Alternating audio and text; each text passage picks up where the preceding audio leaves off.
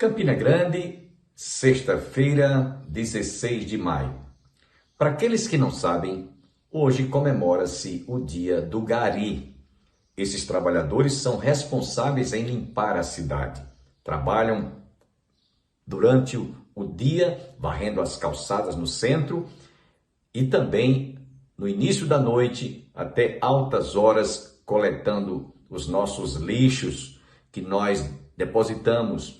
E eles agradeceriam muito para você que está conosco nessa manhã a ajudar a não sujar a cidade.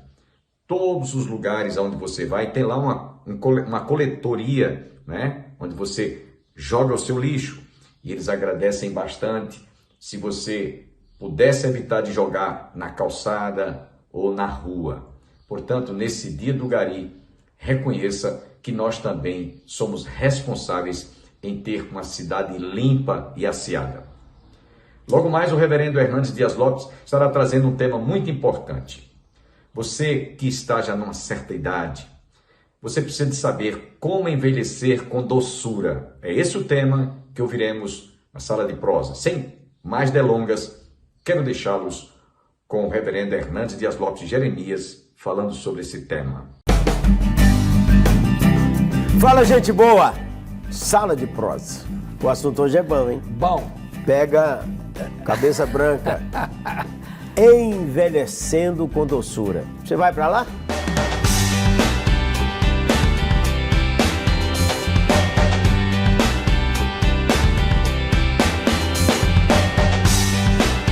Ô, gente boa! Olha o que a Bíblia diz. Na velhice darão ainda frutos. Serão cheios de seiva e vigor. Varão, parece que está falando é de jovem. É. Como é que é isso? Porque a velhice não tem a ver com idade cronológica. Tem a ver com estado de espírito. Tem jovem velho e tem velho jovem. É, tem uma turma devagarzinho assim. Tem gente que com tá 15, começando... 16 anos já está cansado. Já tá cansado.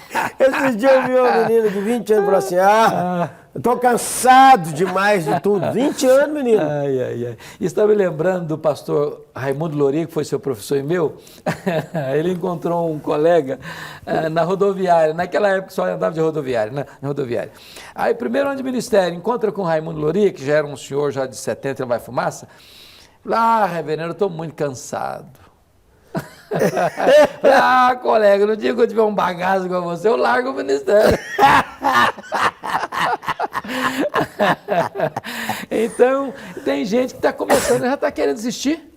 É verdade que o sujeito nasce e começa a envelhecer. É. E aí, mas já cortaram assim, que a idade que o cara pode ser considerado a terceira idade, aliás, Valdisto Ernagel disse assim, melhor idade coisa nenhuma. Nisso eu concordo, viu, Jeremias? Melhor idade nada, Esse negócio de dizer que terceira idade é a melhor idade, eu acho que é um pouquinho de... Exagero. Exagero, né? Exagero. Toda idade é boa. Toda idade tem suas fases boas e dificuldades também. Claro. Eu gosto muito da frase do Billy Graham no livro dele, A Última Jornada. Ele abre o livro, eu acho que valeu o livro naquela frase. Ele diz assim, a velhice não é para os fracos. É porque o Billy Graham também, você sabe, né? Billy Graham é igual aqueles antigos xerifes do faroeste. Quando o homem chegava assim, varão, é a sustância. Então, eu acho que você precisa aproveitar a fase boa de cada etapa da vida. E construindo. Construindo. E construindo e plantando boas sementes que vem aí. Tem pessoas que passam a velhice na solidão porque não fizeram semeaduras de amizade na vida. Não, é fato também, né? Por exemplo, os pais envelheceram. Ficou viúvo ou ficou viúva. Vai morar com a filha, vai morar com os filhos, não quer sair do seu cantinho. A família vai colocá-lo num asilo. Num asilo ou numa casa de repouso. Pode até haver isso, mas sem que aquilo lá seja o abandono da família. Porque às vezes os pais que cuidaram tanto dos filhos, os filhos abandonam os pais logo depois que casam. Os pais nem envelheceram ainda. Eles não voltam mais, eles não procuram mais. Como nós estamos vivendo uma época de muito isolamento e narcisismo, o risco disso acontecer é grande. Inclusive com filhos de crente. Agora, eu penso que é preciso já trabalhar isso preventivamente, fazendo investimentos nos relacionamentos, para que não haja esse rompimento de relacionamento quando os pais mais precisam dos filhos, dos netos, de serem amados e cuidados. Varão, e quando um pastor envelhece?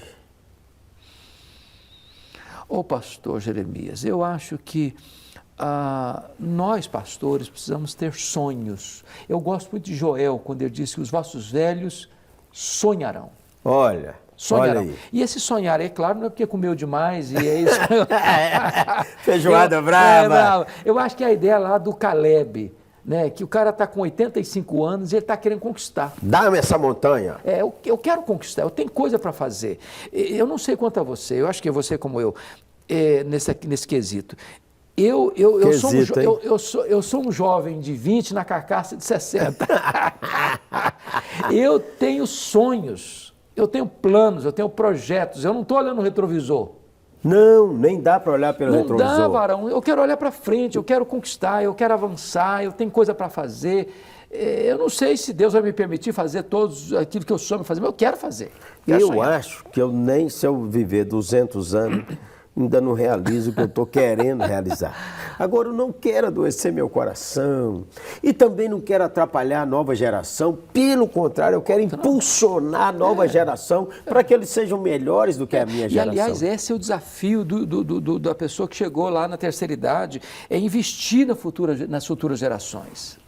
É contar para eles o quanto Deus foi bom, fiel, maravilhoso com a gente e como Deus pode fazer coisas maiores para frente. O de ontem é o de hoje e será para sempre. Isso aí. Um dia desse, varão, fui orientado por um pensar pastoral.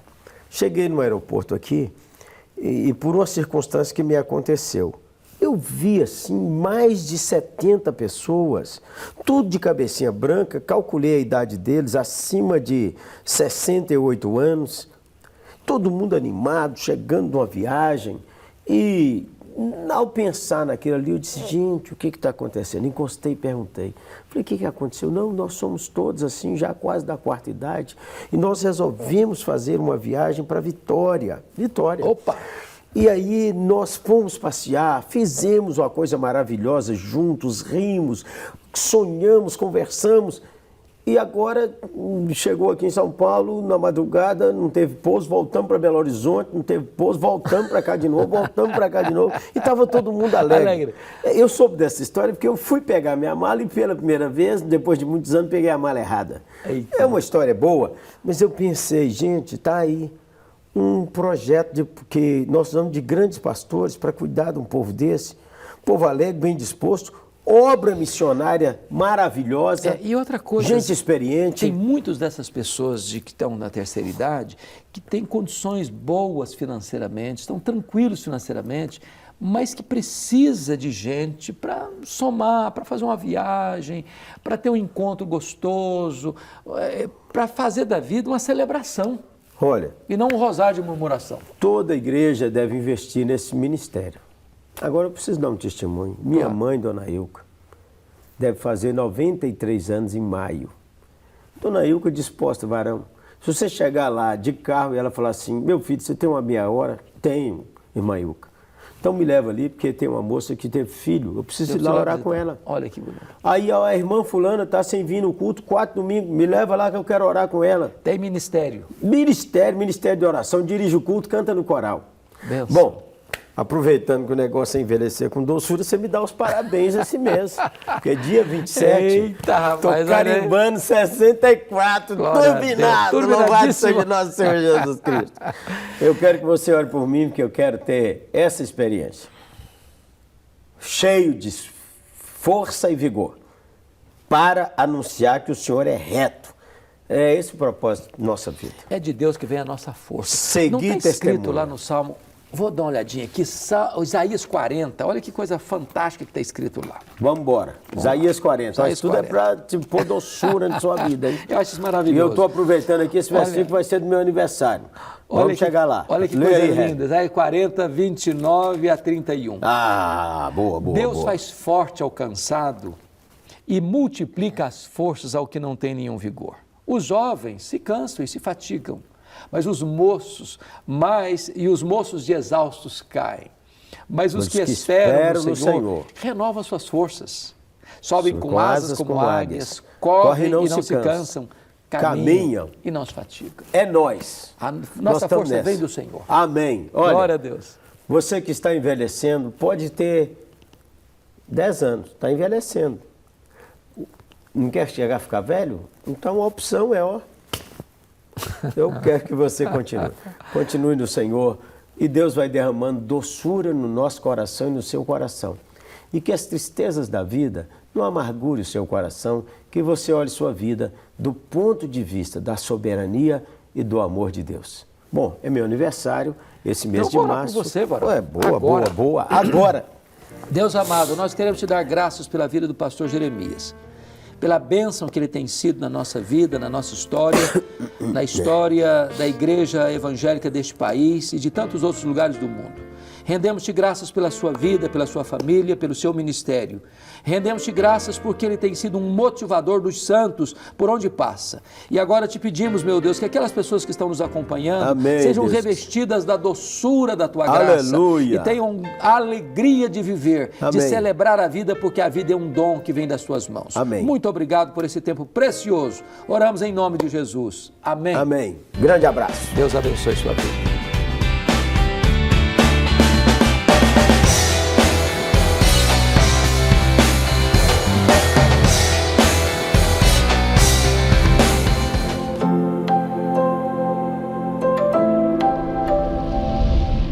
Da provisão que Deus fez de ter mandado pão, o maná, uma cópia das tábuas dos 10 mandamentos,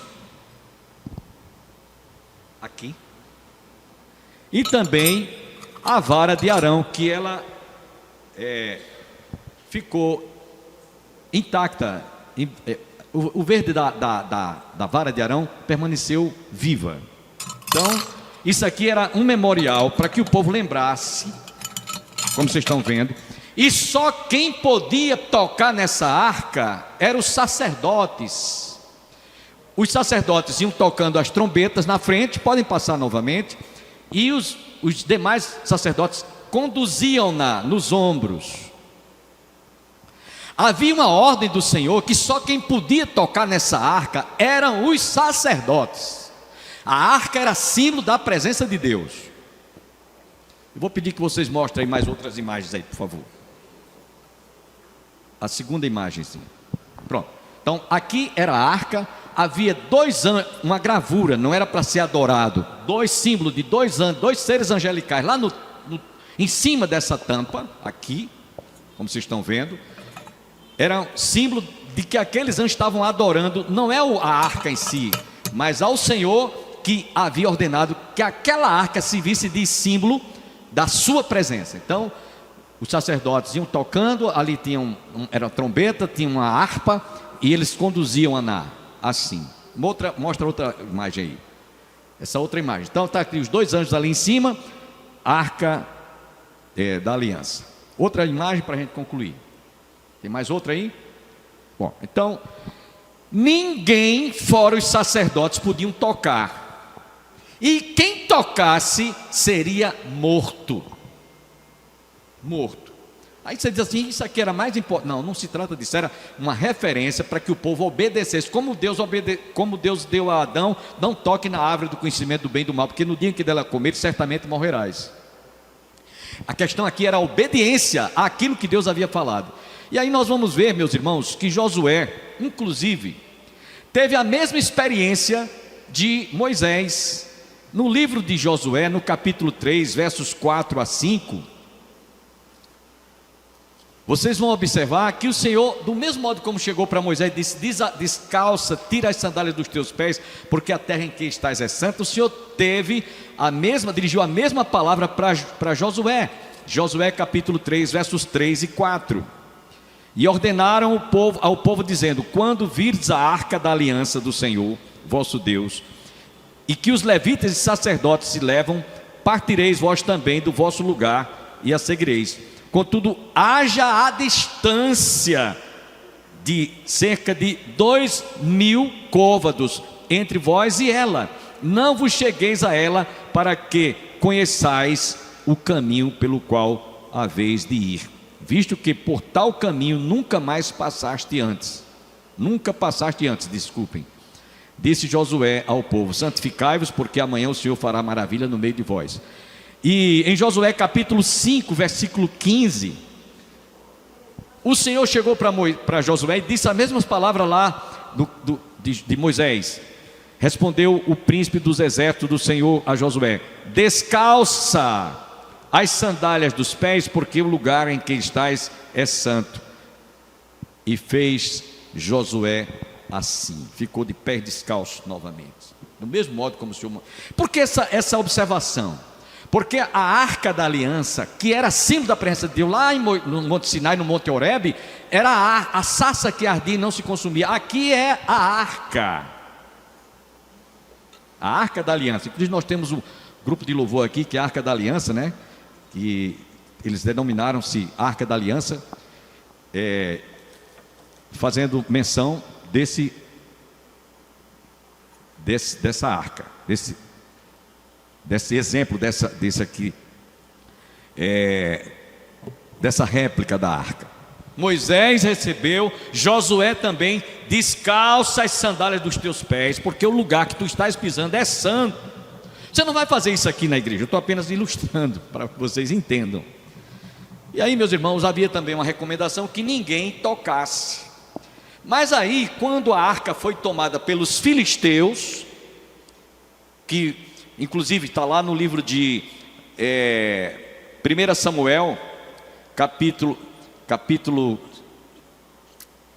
6, se eu não estou enganado, 1 Samuel capítulo 4, versos 5 a 22. A arca, quando foi tomada pelos filisteus, chegou a notícia que Israel tinha sido derrotado pelos filisteus, que a arca tinha sido tomada, né? E que os dois filhos, Ofni e Finéias, haviam sido mortos naquela batalha. Está lá no livro de 1 Samuel, capítulo 4, versículos 5 a 22. Eu só estou citando para que isso fique bem claro.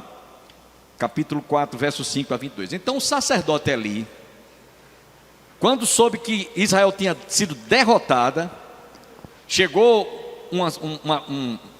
um atalaia e disse: olha, Israel caiu por terra, Israel caiu por terra. E ele disse: a arca. Quando disse a arca foi tomada, ele caiu para trás e morreu, porque quebrou o pescoço, fraturou o pescoço, quebrou. Então esse homem morreu só com a notícia. Depois os dois filhos dele também foram mortos.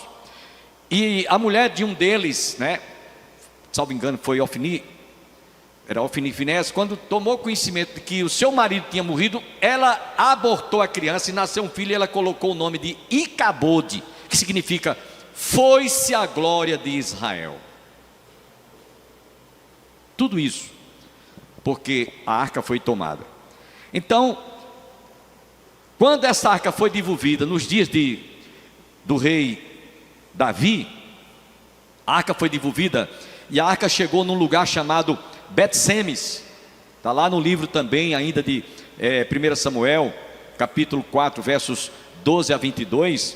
A arca passou por 5 lugares: Asdod, Gaza, Gate, Ascalon e Ecrom. Havia em cada uma dessas cidades havia um príncipe para cada cidade, 5 príncipes. E esses homens, quando tomaram a arca, levaram para o templo de Dagon, que era o deus deles, um D com D minúsculo. E quando a arca entrou foi adentrada nesse templo de Dagon, no outro dia, quando eles foram lá, Dagon estava caído e o pescoço estava fora do corpo, da imagem, né? Ele disse: isso aí foi o Deus dos exércitos de Israel que está repreendendo a gente aqui, porque a gente fez isso. E ainda mais vieram tumores malignos em todos eles, em todos os filisteus.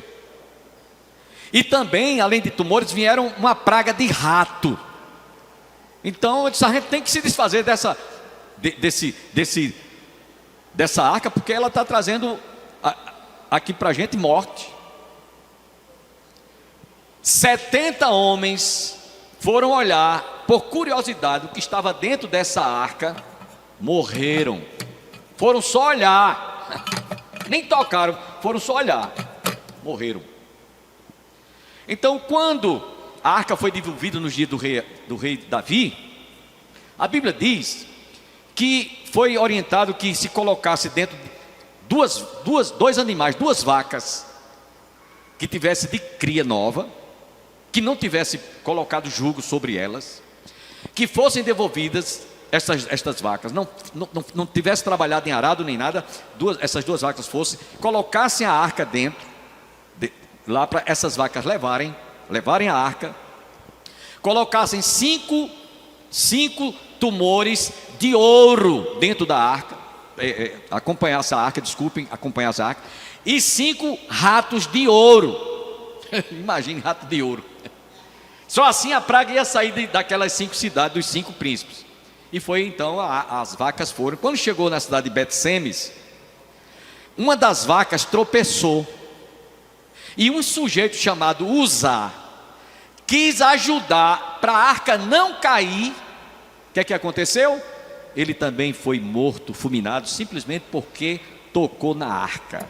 Eu estou contando isso aqui, esses detalhes, para você ver como a reverência que Deus exige, ela tem um custo, ela tem um preço, e a não observância da reverência pode custar muito caro para os irreverentes. Então, meus irmãos, Uzá morreu, está lá no livro de 2 Samuel, capítulo 6, versículo 7. 2 Samuel, capítulo 6, versículos 6 e 7.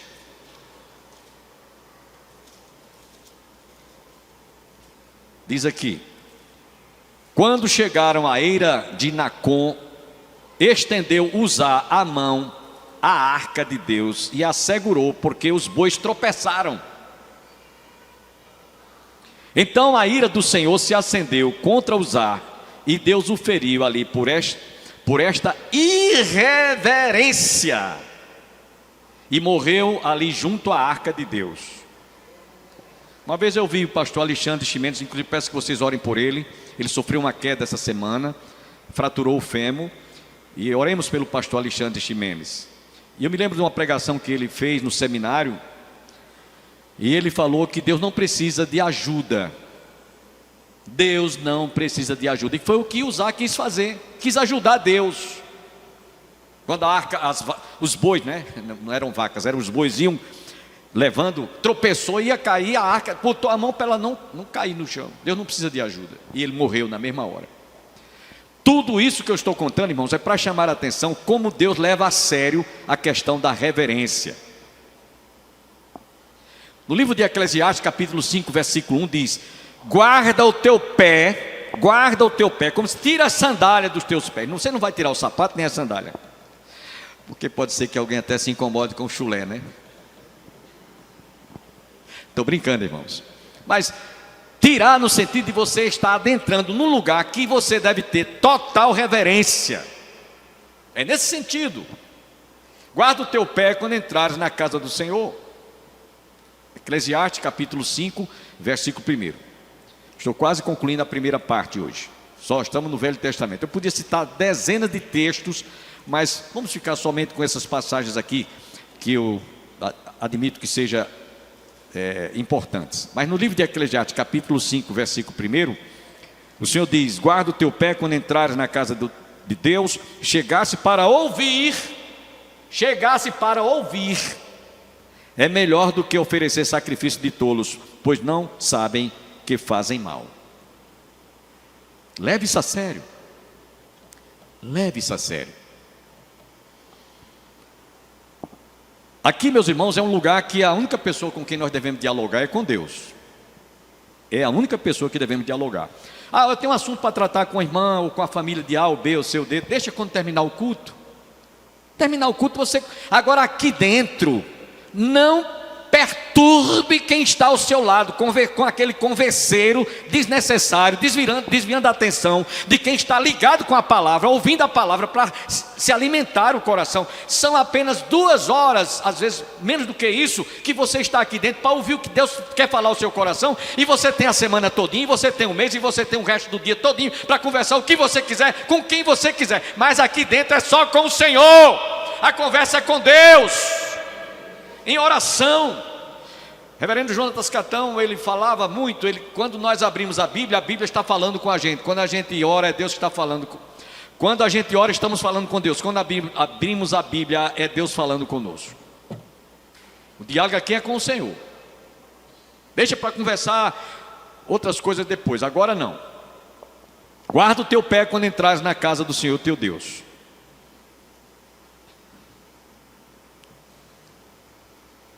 Eu estou trazendo aqui umas coisas aqui que eu tenho que falar isso aqui, irmãos. Igreja é lugar de reverência. Vocês estão vendo essas 2 bolas aqui? Sabe o que é isso aqui? Alguém sabe dizer? Chiclete. Tem gente que sobe à casa do Senhor, e a gente vê isso aqui já faz décadas que eu juntei isso aqui, um dia fazendo uma faxina aqui na igreja aqui, e nessas beiradas dos bancos, a gente, se for fazer hoje, a gente vai colher as menos bolinhas, porque o povo continua, em vez de estar falando com Deus, está mascando um chiclete, em vez de estar ouvindo a palavra de Deus, está conversando sobre não sei o que.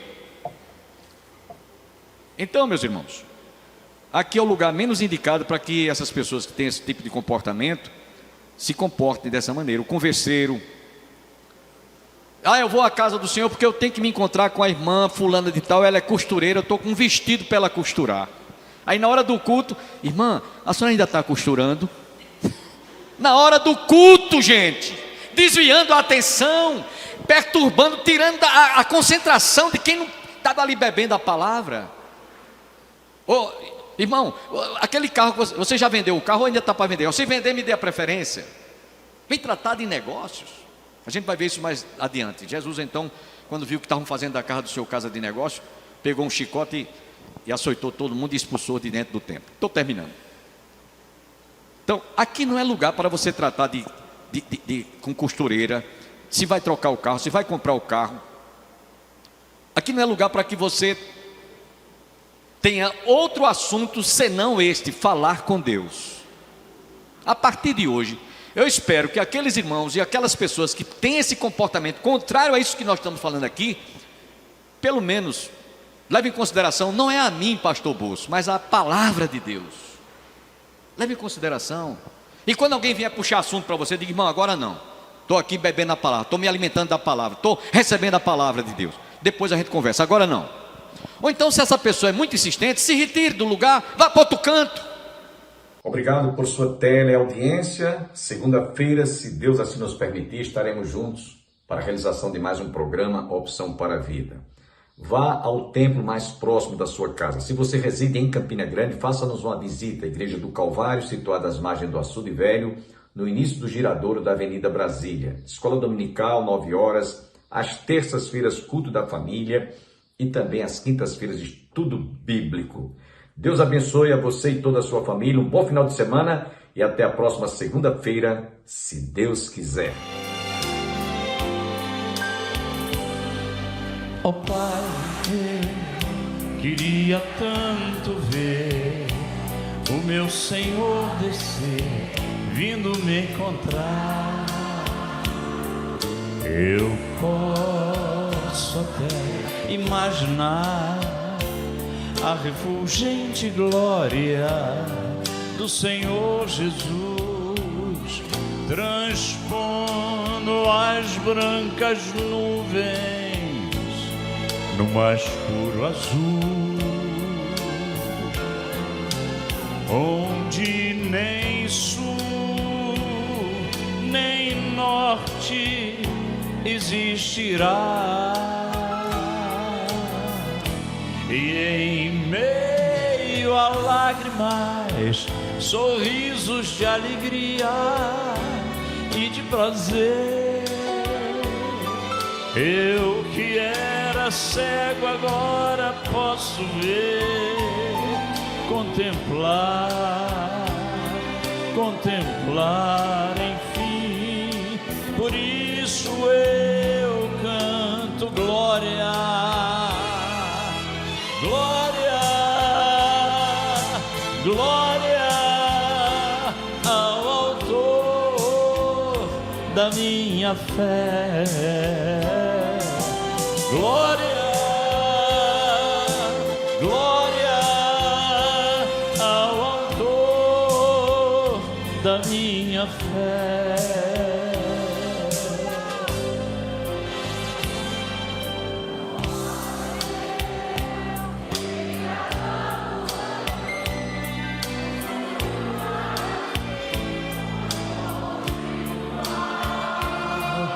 Rever amigos que um dia em Cristo foram feitos meus irmãos, e agora sim podemos dar as mãos, pois temos todos somente um só Senhor, e eis o consolo que envolve a minha vida, o meu Senhor Jesus, que foi morto sim naquela cruz, voltará